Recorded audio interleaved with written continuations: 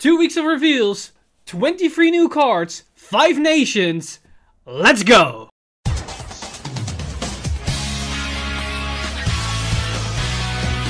Stand up! Vanguard! Hey Fighters, welcome back to another Cardfight update, and today we're gonna have a double whammy of a weekly wrap-up episode, as I couldn't really do one last week of unforeseen circumstances, so that means we're gonna have a long one today, or at the very least I'm going to try to make it as brief and short as possible. But if you are a watcher of this channel, you know those words don't apply to me, but I'm gonna do my best. And what's great about these last couple of reveals is that we got some amazing cards for every single nation, except for one, because the reveals for Brandgate were kind of underwhelming, or at least subpar. But you might already know about the Grade 4 that has been revealed thanks to the new episode of the anime, but keep in mind, I'm not gonna tackle that card today because this video has been shot and recorded and edited before that episode was launched. So I'm only going to talk about the reveals from past week and the week before that. So without any further ado, let's jump straight into these cards and see what we got for the 5 great nations. And to start it off, let's start off with the more underwhelming nation, and we're gonna take a look at the new cards for Brandgate. And we got 2 cards for the Prison archetype and 2 cards for the new Meteor archetype. And we start off with this grade 2 Aurora Battle Princess Trace Jeune. And Trace Jeune has the ability continues a rearguard circle. If one or more of your opponent's cards are imprisoned in your prison, this Jeune gets boost and can intercept from the back row. The extra 5k is nice for extra shield, but the 10k booster doesn't really mean all too much for the Prison archetype because they already got better grade 1 boosters and they already can make better numbers, and making a 15k attacker into a 25k attacker doesn't really do a great magic number that also just a generic 8k grade 1 can achieve. Sure, if you went first, it does against the 10k grade 2, but it's a very small window of opportunity that this card can abuse, and besides that, it doesn't really generate too much value, so you're probably not going to see this card all too much. Then moving on, we got a grade 3, which is kind of interesting, as we got Aurora Battle Princess chasing Neel, and she has the ability auto rearguard circle. When the unit attack hits, cost counterless 1, your opponent chooses a card from their hand and imprison in your prison. Now, counterless 1 to only get 1 prison isn't all too great, because usually that should equate to 2 prisons.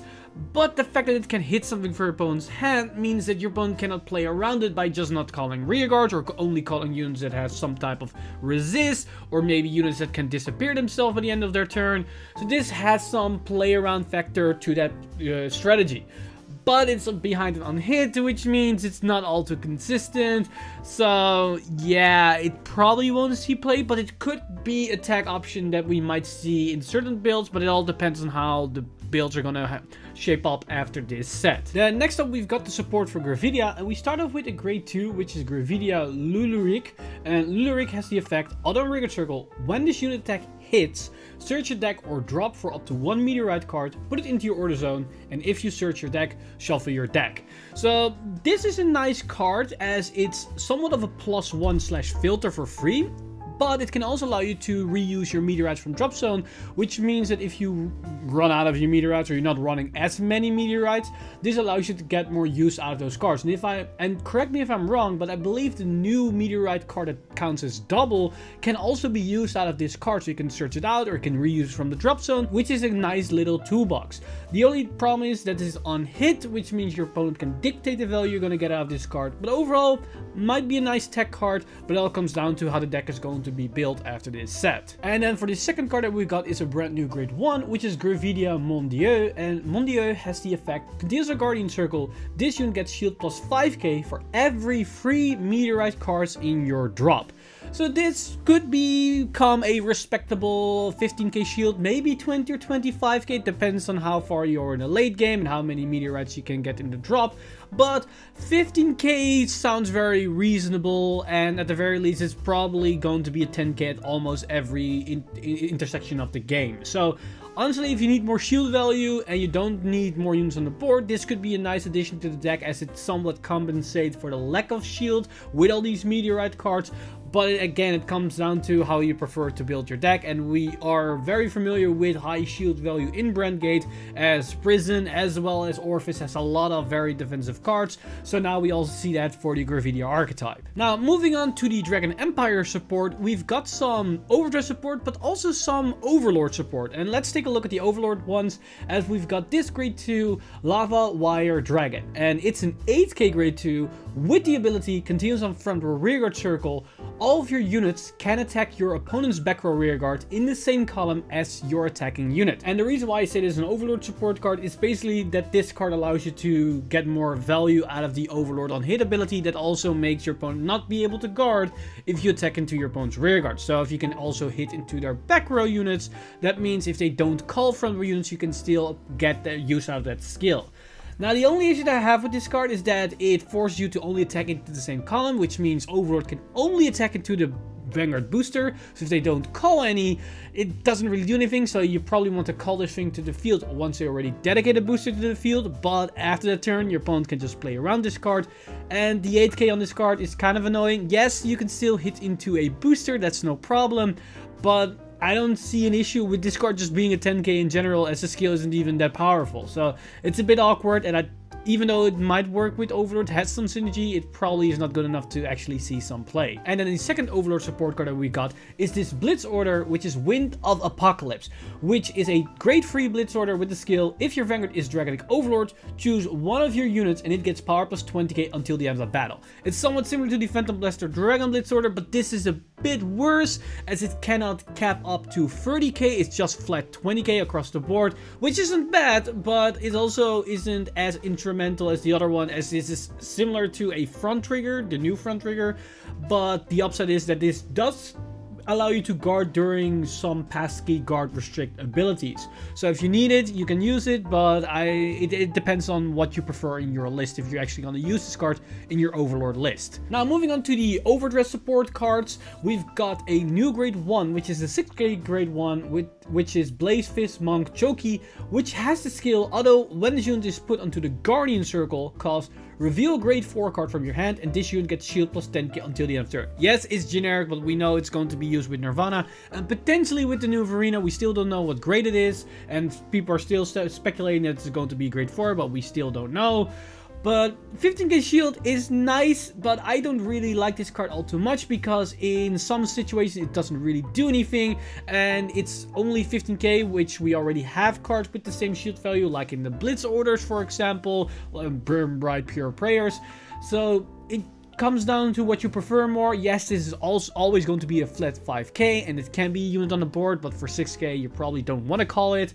So yeah, it's a bit iffy. I don't really like it all too much, but you can have a different opinion about this particular card. Now, moving on, we got a brand new grade 2, which is Blaze Maiden Sonya, which has the skill, although when a unit is placed on the rearguard circle, if your Vanguard is grade 3 or greater, costs Soul Blast 1, and this unit gets power plus 10k until the end of turn. So it's a 20k attacker. But with the new Nirvana giving just flat 10k power buff to the front row, it can be a 30k attacker, which makes it effectively as strong as the base Verena, which isn't all too bad, and only costs 1 soul, whereas the base Verena used 2 soul to snipe something. So it's almost on the same power level, if I'm gonna be very honest, so it's not that bad. But the interesting part about this card is that it's actually part of a 2-card combo, which might make this card actually see some play, but it all comes down to how much you like it and if you actually want to play the engine. As the grade 1 of this combo is Blaze Maiden Tonya, and Tonya has the effect, auto rearguard circle, at the end of the battle the unit boosted a Blaze Maiden Sonya, the grade 2 we just talked about,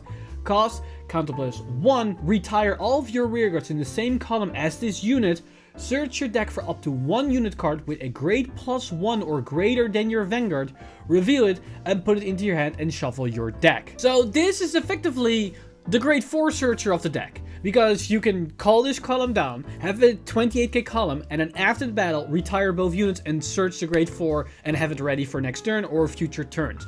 That's honestly not all too bad, because if you cannot get to grade 4 and that's your main win con or your main game plan, this is a way to get that to a more consistent base. Now, it all comes down to if you actually want to play this engine, because it is somewhat costly, as it costs you a counterblast and 2 specific cards to get a grade 4. So it's a heavy minus you're making, but if that specific card can make up for the minus, you might want to utilize the card. And important thing to note here is that this combo can actually be used on turn 2 as well, because you can because it specifically states +1 or greater. So even if you are on grade 2, you can still search out the grade 4.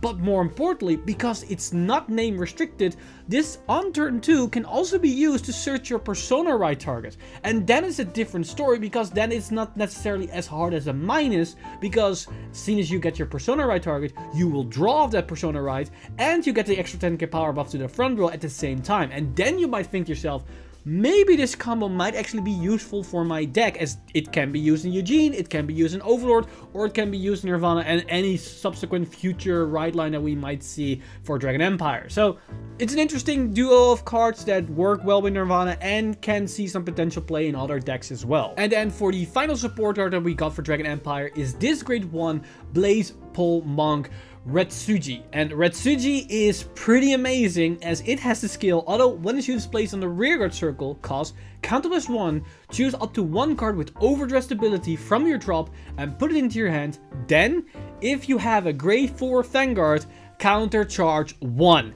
This is exactly what Overdress needed, a way to recoup the losses as well as have some type of tutor to your Overdress cards, because now you can get any type of Overdress cards that you was retired or anything and you need a specific type. This card can just fetch it, and if you sit on the new Nirvana, it's effectively for free, which is very good. It's a +1 for free that tutors to a specific card, which is great. And thanks to the existence of this card, you have now 2 different options available for Overdress. As one, you can now discard Overdress cards more comfortably because you have the access to this card. So even if you discard like a Arx or a Valiente or whatever Verena, you can get that card back from the drop the moment that you place this card into the field.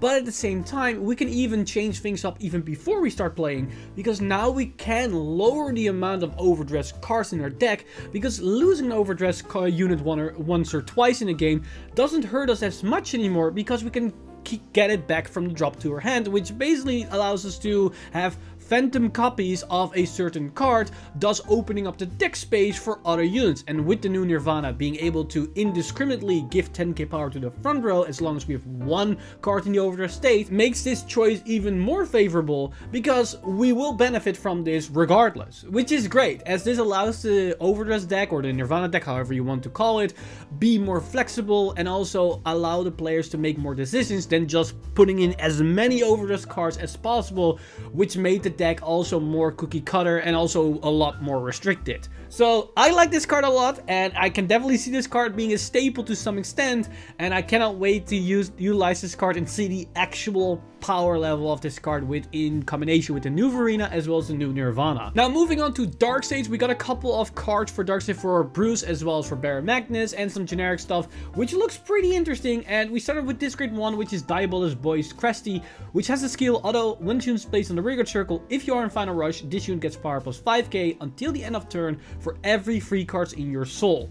So on most instances it's gonna be a 13k, but it's also very likely it can be an 18k. And because we have the Pandemonium Tactics, which can instantly soul charge 4, so having an 18k booster or attacker is nice for Bruce, but it's not anything all too special. So I don't think we're gonna see too much play of this card, because grade 1s can also be utilized with more of interesting combo pieces and other tech options. So basically, to me, this feels more like a budget alternative, if it's even that. Now for grade 2 for Bruce, we've got Diabolus Madonna Liz, and her ability is auto on rearguard circle. When its unit attack hits a Vanguard, soul charge 2. If you are in Final Rush, choose one of your units and it gets power plus 10k until the end of turn. This is not all too great because it's an on-hit and it's only a 10k unit. It doesn't naturally gain power like any of the other grade 2 that we have with Bruce. And the Soldier 2 is nice and all, but we have other more consistent ways to gain soul and other cards that allow us to do way more stuff with our grade 2s in the first place.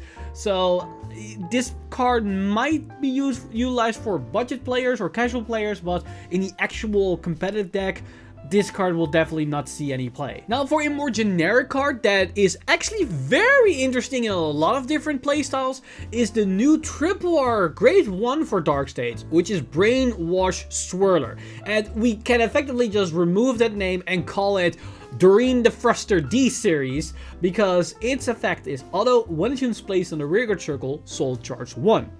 That's fine. But then it has auto rearguard circle.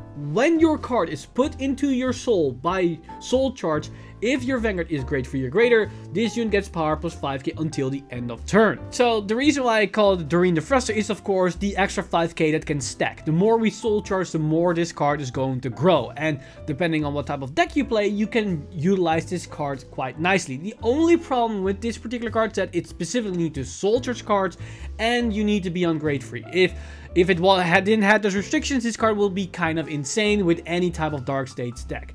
But it still has its usage, because you can use this in Bruce to some extent, because Bruce can use Pandemonium Tactics, which instantly soul charges 4 cards. So if you have this card onto the field, you will soul charge 5 cards, which gives this card a plus 25k power, which means you have a 33k grade 1 that can boost or potentially restand with Bruce, which is nice. This card also synergizes with Leonard, because if you hit into an entire column and you call this card out with one of the calls, you call it out, then you resolve the second on hit of Leonard to soul charge another card and to call out another unit, then this card gains an extra 5k power and you use its on place effect, because it's not on place from hand, to soul charge another card, giving this card instantly plus 10k power, so you can have an 18k booster or potentially unit attacker called out of with Leonard, which is a nice play you can have. But of course this also works very nicely with Baron Magnus, because if you go into your first grade 3 turn for Baron Magnus and you're gonna use that turn to instantly aggressively soul charge a lot of cards, this can then become an insane attacker or booster for your Vanguard that turn, and then keep up the pressure until you go into your multi-tech plays, where this card then will sadly fall off a bit, but it can still be utilized to some extent. And with other decks that can utilize some soul charges, this can still be pretty good, because it can be a nice aggressive attacker or booster. Sadly, it doesn't work all too well with Greedon. If it didn't have the specific soul charge restriction, this could be a nice beater for Greedon as well once you put 4 units into the soul, but that sadly will not trigger this card. And then talking about Greedon, we've got a new Blitz order in the likes of this grade 2, Shining Selfishness, and it has a skill, play this with cost Soul Blast 4. Choose one of your Vanguards and it gets power plus 5k until the end of the battle for each card in your damage zone. This is honestly not too bad for Baron Magnus as well as Greedon. This will not be played for Bruce, as you don't have to soul during your opponent's turn. But for Greedon and Baron Magnus, this is definitely not that bad, as this can be somewhere up to 25k shield or potentially 30k shield if you use this in Greedon. So honestly, not that bad, and might see some play depending on what players prioritize in their builds. Now moving on to Keter Sanctuary, we've got a brand new grade 1, which is Steph May, and its skills auto and backward rearguard circle. At the end of the battle, your drive check revealed a trigger unit, cost Soul Blast 1, stand this unit, and move it to your open back row rearguard circle. I don't like this card all too much. I might not see a combination with this card, as it allows you to use the booster twice, but it costs you a soul and it doesn't generate an extra attack, and I don't really see much value in a 7k booster. And the issue is, if you have another open rearguard circle, even if this unit boosted the unit at restand, it's forced to move to another open rearguard circle. So it might even screw itself over to move and then move to a unit that already attacked. So you need to be careful how you chain your attacks. And there are definitely some cards that combine with this card, as the new Trip Bar does synergize with this card a little bit. But overall, it doesn't feel all too great on the 7k body, but I might overlook a certain interaction with this card with the plentiful restanders that Keter Sanctuary has access to. And talking about restanders, but this is one of those restanders which the grade 1 cannot interact with, is this grade 3 Knight of Counter Spiral Nuada. And Nuada has a skill, auto rearguard circle, once a turn, when this unit attacks. If there are no other rearguards, this unit gets power plus 5k until the end of turn. At the end of the battle, stand this unit, including your opponent's rearguards. So you might think to yourself, in what circumstances am I able to play this card? This is 100% Phantom Blaster Dragon support. You wipe your board to wipe your opponent's board, then you call this unit to still have 3 attacks in a single turn. This honestly is not that bad of a support card for Phantom Blaster Dragon, because in a 1 card you can still acquire 2 attacks thus allowing to save up a lot of cards in your hand and not waste too many cards on the board on the earlier turns. And the interesting thing is, because this thing just restands on its own FT battle, you can first attack with the Vanguard, and if you hit crits, you can stack it on this unit. But more importantly, because it's a grade 3, if you still hit the overtrigger, you will get twin drive on both attacks, so you don't lose out on the value of the overtrigger. So triggers on this card are actually way better than if you call 2 grade 3s on the front row. So honestly, this might actually see some play, but it all comes down to how decks are played out and if you can retire your opponent's field. Because if they have 1 unit in the field left, this card doesn't really do anything. So it's a card that you need to be very careful with how you're going to play it out. And you also need to think about how many copies you want to run this card. Because running it at 4 might be a bit excessive, but this could definitely be like a tech card that can be run at 1 or 2.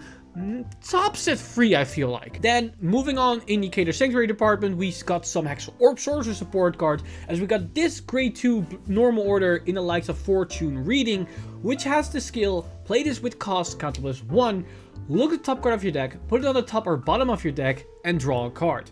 Overall, I'm not too keen on this card because it's a bit overcosted. It has a cost of discard and a counter plus to draw a card.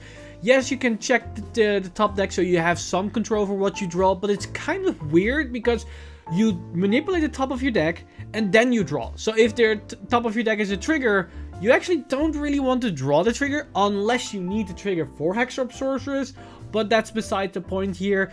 Overall, I don't really think it's going to be played, as there are better ways to manipulate the deck, but who knows, maybe you need an extra bit of deck manipulation and you can utilize this card. But more importantly, it's generic, so it can be used in other decks that want to have some deck manipulation, but who knows if it actually will see some play. And then the final card that we've got is a new triple R for Hexal Orb Sorceress, which is this grade 1 Magic of Reoccurrence Lalalita, and Lalalita has the effect Auto Rearguard Circle. At the end of the battle, your drive check revealed a trigger unit.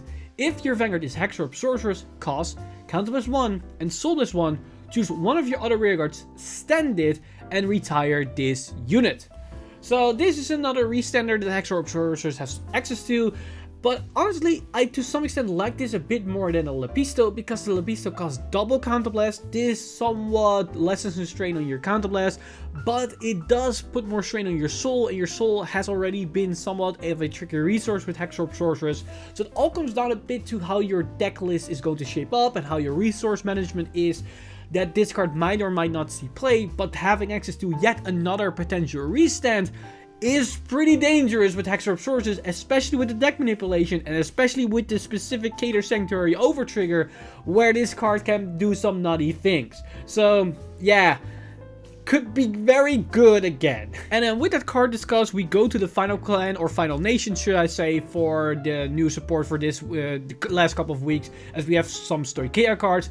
We start off with some new Magnolia support cards in the like of this grade 2 Sylvan Hornbeast Leuka. And Leuka has the effect act on Rearguard Circle, cost, retire this unit, choose one of your rearguards, and it gets power plus 10 until the end of turn.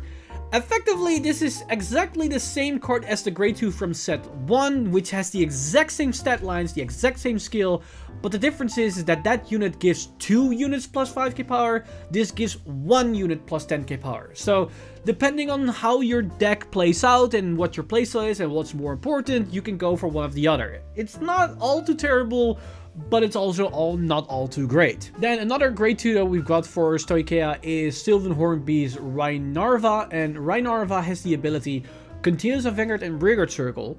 All of your other units in the same column as this unit gets boost. So it basically allows you to make better numbers. Honestly, it's not all too great because his window of opportunity is very specific, because it mainly is going to be useful during your first grade 3 turn if you ride Magnolia and can only make 1 attack extra from the back row, unless you have the triple R from set 3 that can make more multi-attacks. But once you ride into the grade 4, this skill is a bit redundant, as everything is going to attack, and that's probably what you more likely want to do. But that said, in the face of a defensive trigger, suddenly turning that column into full boosters might not be all too bad, but it all comes down to what you prioritize, what your playstyle is, and what you really want to go for. So I don't think it's gonna see any play, but I also won't be surprised if somebody is gonna use it as a tech card and it might see a little bit of success. But a card that I definitely can see having some success is a brand new grade 1 for Magnolia, as we've got this grade 1 Sylvan Hornbeast Lamrea, and it has the skill Auto Front Row Rearguard Circle. When your other rearguard attacks, until the end of turn, this unit gets power plus 5k, cost counter plus 1, and it gets power plus 5k. Effectively, every single time you attack, he gains an additional 5k. Yes, he's a 5k base, but once you attack once, it's already as strong as a grade 2. Once you attack twice, it's basically as strong as any grade 2 that will get some power buff. And with Magnolia being able to give any unit the ability to attack, this can easily get an additional plus 20k power, making it a 25k power on a Magnolia turn. But on the grade 4 Magnolia, it also gains another 5k, so it's a 30k attacker.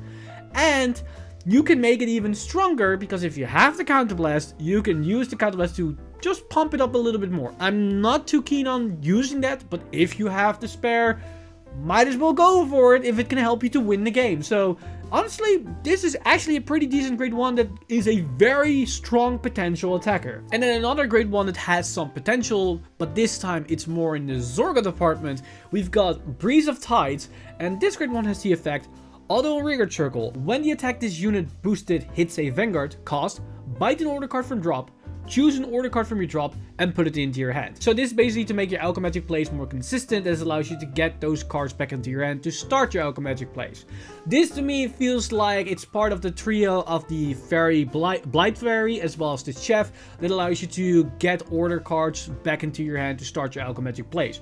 These cards, all three are playable. They all three have their own ups and downs, and some of the Fairy and this card have unhits, whereas the Chef is actual consistent value, but it costs counterblast. But on this particular grade 1's plus side over the Fairy is that this card, unlike the Fairy as well as the Chef, is actually a plus, because the unit stays on the board, but you need more orders in drop as you're going to bind an order from drop. But that said, this could be part of the whole turbo bind playstyle, where you're gonna try to bind as many cards in your bind zone and then utilize that to get more value somewhere later down the line. So overall, Breeze of Tides, definitely a playable card, but it all comes down to what you prefer and if you're gonna go for this card or maybe one of the other two cards that I just discussed. And then the final card that we've got in the past 2 weeks is this grade 2 Blitz order, which is Ghost Bilk. And Ghost Bilk has the effect, choose up to 2 grade 2 or greater normal units from your drop, put them on the top of your deck in any order, and put this card into your soul. Overall, this card feels very weird and awkward, as you effectively are going to make your drive check worse if you cannot draw the cards. But it does give you soul, and that's where this card might have some use, because it's probably only going to be played in combination with Zorga because of Alchemagic. Because if you have this card in hand, this could make your Squim Wurgly Agony Souls, or however that order is called, where you need to Soul Blast, I believe, 2 or 3 to mill the top 4 and then call 2 cards from the cards that you milled. This card allows you to get consistent value off that order, because you can effectively just stack 2 grade 2s or a grade 2 and a grade 3, and you're gonna mill those cards, and then you immediately can call them onto the field. And because this card goes to the soul, the cost of that order is then also a bit negated. But if you use an Andrina, you effectively go +1 on your soul while Alchemagic in these cards. Now, is that the most powerful play you can do? No, definitely not, as there's definitely better things you can do, but it's one of the uses of this card. Overall, I might overlook something, as I'm definitely not a main Zorga player, but overall, this card is a bit awkward, and the use cases are very, very specific. And with it said, that's also all the cards that we're going to talk about today. Overall, a lot of very exciting new cards. I'm mainly most excited about the new Overdress support cards, especially the grade 1 that allows us to get cards from the drop zone back into our hand. That's a very nice warm welcome to the whole engine, and I cannot wait to see what the new Verena will bring and to flesh out this entire new engine for Nirvana, as there's a lot of potential in that particular card. But with that said, I'm very curious what you guys think of these reveals, so let me know in the comments down below which cards you look for the most, as well as what type of support cards you want to see with the upcoming reveals, as we still have quite a lot of cards yet to be revealed for this set. But with it said, I want to give a huge shout out to my Patreon supporters over patreon.com/insider. You guys are amazing. If you do want to support the channel or everything that's happening on the channel, you can simply go to patreon.com/FingerinSider and become a patron today. But with that said, I've been Mr. Time Leap, and I see you guys in the next one!